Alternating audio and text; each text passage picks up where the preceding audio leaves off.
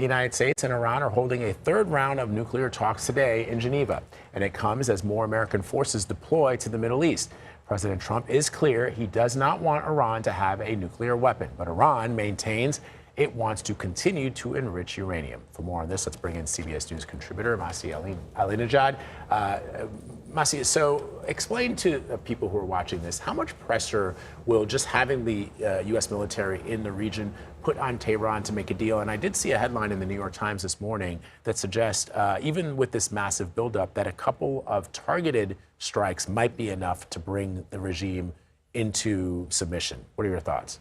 Exactly. That's, I believe, the Islamic Republic is in its weakest point. All the proxies gone. Syria is no longer the proxy for the Islamic Republic. Hamas, Hezbollah, crushed. And internally, they're facing massive uprising.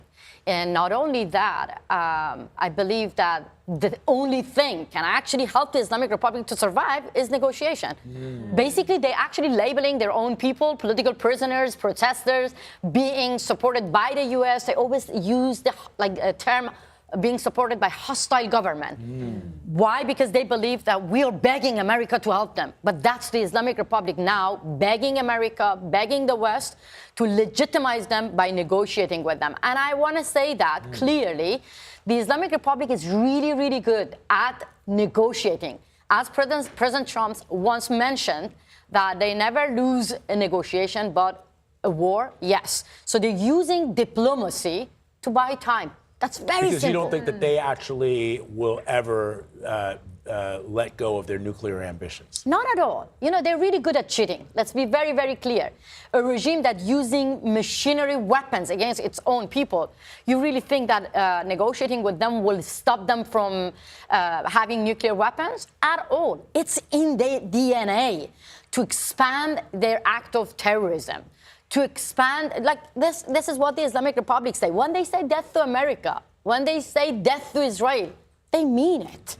They literally mean it. And that's why I get really upset when I see some MAGA people in America. They say that America is first. Let's just stay from the Middle East. But let me warn them, for the Islamic Republic, America is first too. The first target of destruction is America.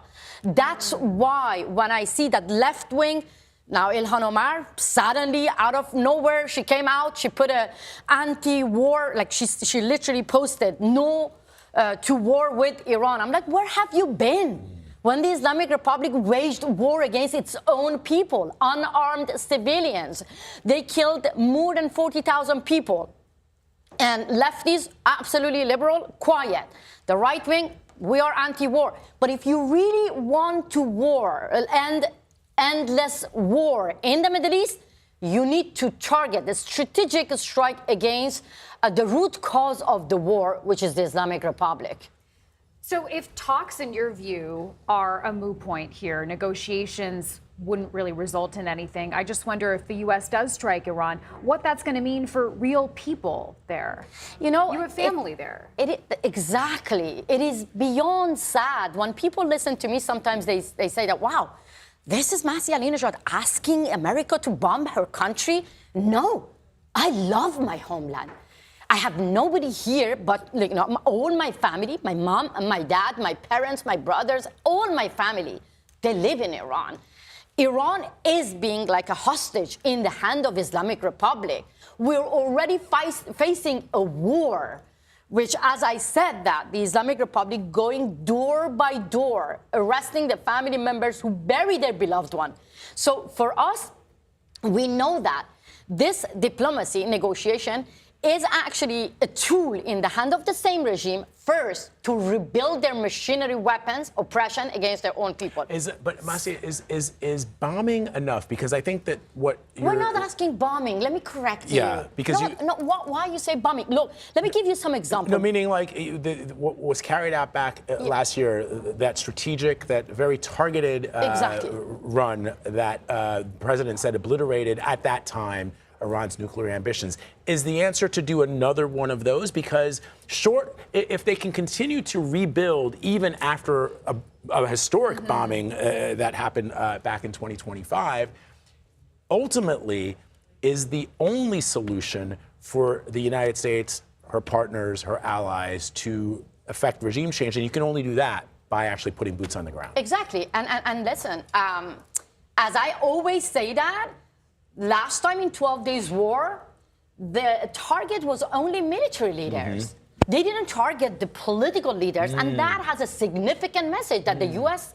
and Israeli government, they really didn't want regime change. And as I say, in the West, a lot of people are allergic to the term regime change. And let's be allergic to dictators, to actually the Islamist terrorists not only targeting their own people. In Iran, they're the one sending drones to Putin to kill innocent Ukrainians. They're the one, the greatest sponsor of terrorism, Hamas, Houthi, Hezbollah. They are the one targeting dissidents beyond their own border. So removing terrorists is not a sign of tragedy. It's a sign of justice. Look, when President Obama removed Osama bin Laden, you Americans, you tell me, where have you been that time? And what was your reaction? You really mourn the killing of Osama bin Laden? No, that was a sign of justice for the victims of September 11.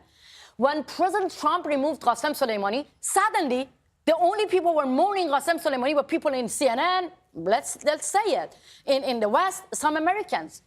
Why? What is different between the victims in Iran and America? So some people hate Trump, I get that, but they shift their heads from President Trump to the people of Iran. Whether you're left, Republican, liberal, Democrats, the Islamic Republic hates you, hate Western values. They hate America. They hate women. They kill women simply for showing their hair. You get killed for showing your beautiful hair. This is the regime that I'm talking. So removing this terrorist regime will guarantee global security in the region, and will help people of Iran to have a secular democracy. Masih Alinejad, always great to have you for your perspective. Thank you, my friend. Appreciate it. Hopefully, I'm going to invite you very soon to my beautiful country, I Iran. would love to visit Iran. That would be amazing. Once, as you say, that bloody and terrible regime is no longer there. Masih, thank you very much. Thank you.